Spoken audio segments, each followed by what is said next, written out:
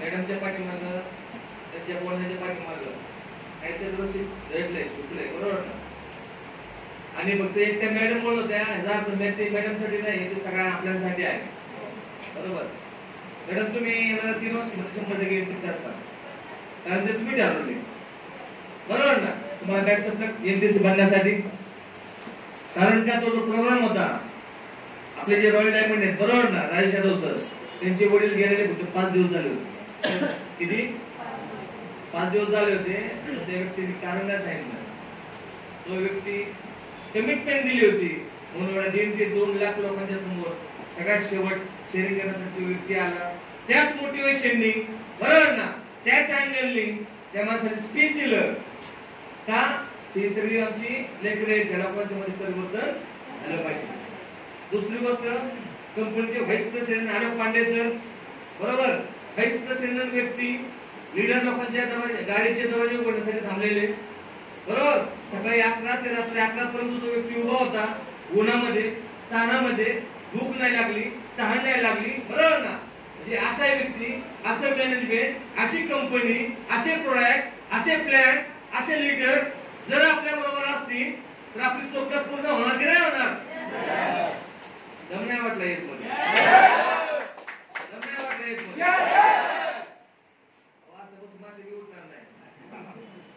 Life मध्ये जर खरंच परिवर्तन करायचं ना, मार्केट खूप खराब आहे, थोडं सिरियस घेणं गरजेचं आहे, खूप सिरियस घेणं गरजेचं आहे. कारण काय माहितीये का, त्याच्यामध्ये दोष आहे ना, तोच खरा आहे. क्षेत्र कोणतं असू द्या, कोणतंही क्षेत्र असू द्या, जोश असेल तर सक्सेस आहे, नाही तर सक्सेस नाही.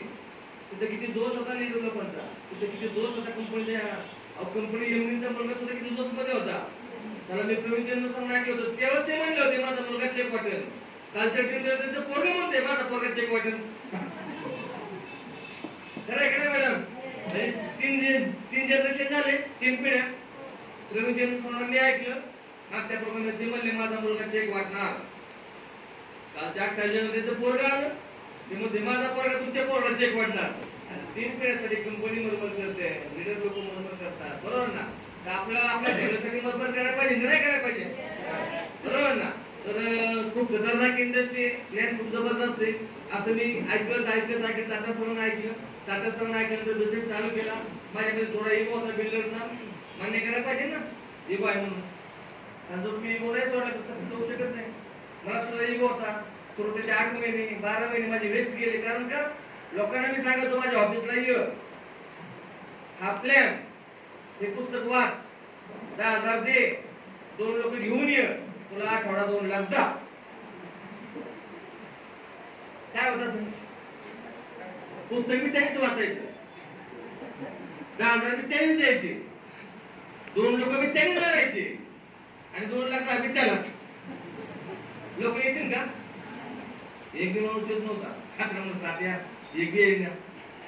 कसं काय तुम्ही कसं काम करताय? तुम्ही सांगितलं खरं खरं असं असं काम करतो. आता म्हणजे एक काम करा, आता तुम्ही लोकांच्या घरी जा, पण आपल्याला नाही जमणार. तात्या बिल्डर आहे, कोण म्हणते मी शिक्षक आहे, कोण म्हणते मी सीए, कोण म्हणते मी डॉक्टर आहे, बरोबर ना? असं म्हणत म्हणत म्हणत माझे 1 वर्ष गेले, एक बी जॉईनिंग नाही. एक दिवशी टाटा सर आले, टाटा सरने माझे 5 प्लॅन मारले, 5चे 5 लोक जॉईन करून दिले. किती? 5चे 5 जॉईन करून दिले. आणि 5 मला थोडं सांगितलं होतं, मी बोलतोय ते ऐक आणि मी गेल्यावर तू कर, बरोबर? 5 लोक जॉईन करून दिले. 5 लोकांचे मी काम चालू केलं. खूप अभिमानाची गोष्ट वाटते. 5 लोक जॉईन केले, मला सुरुवातीचे जवळजवळ 10-20 लोक, 30-40 लोक, 50-60 लोक, 70-80 लोक नाहीच म्हणली. तर नाही म्हणण्याची एवढी ताकद होती. जसे नाही म्हणायचे तसं मी माझा इगो सोडला. आता बिल्डर सोडायचं, मायलॅबचल करायचं, मायलॅबचल प्लॅन समजून घ्यायचा, मायलॅबचे प्रोडक्ट समजून घ्यायचे, आणि जी लोक नाही म्हणतात त्यांना बिझनेस समजणार, त्या दिवशी मी सक्सेस बनणार. असं म्हणून प्लॅन देत राहिलो. आज 7,000 लोकांचं नेटवर्क उभं राहिलं.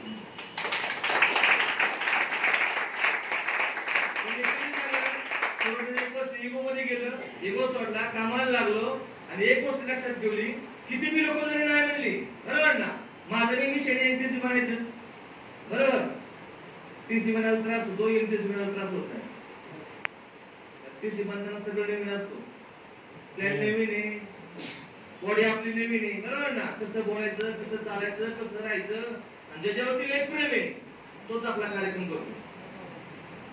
म्हणजे आपला लय विश्वास आहे, हा आता गेला की पैसे देणार.